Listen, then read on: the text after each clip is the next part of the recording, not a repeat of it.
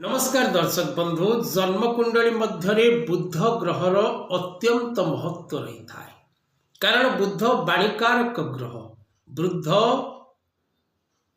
व्यवसाय कारक ग्रह, बुध व्यक्ति विशेष व्यवहार कारक ग्रह, बुध व्यक्ति को धीशक्ति प्रदान करिथाए।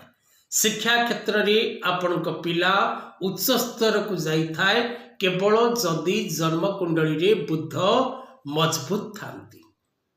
जो पिलार जन्मकुंडली रे बुध मजबूत न थांती से व्यक्ति विद्या क्षेत्र में उन्नति करि पारे नाही।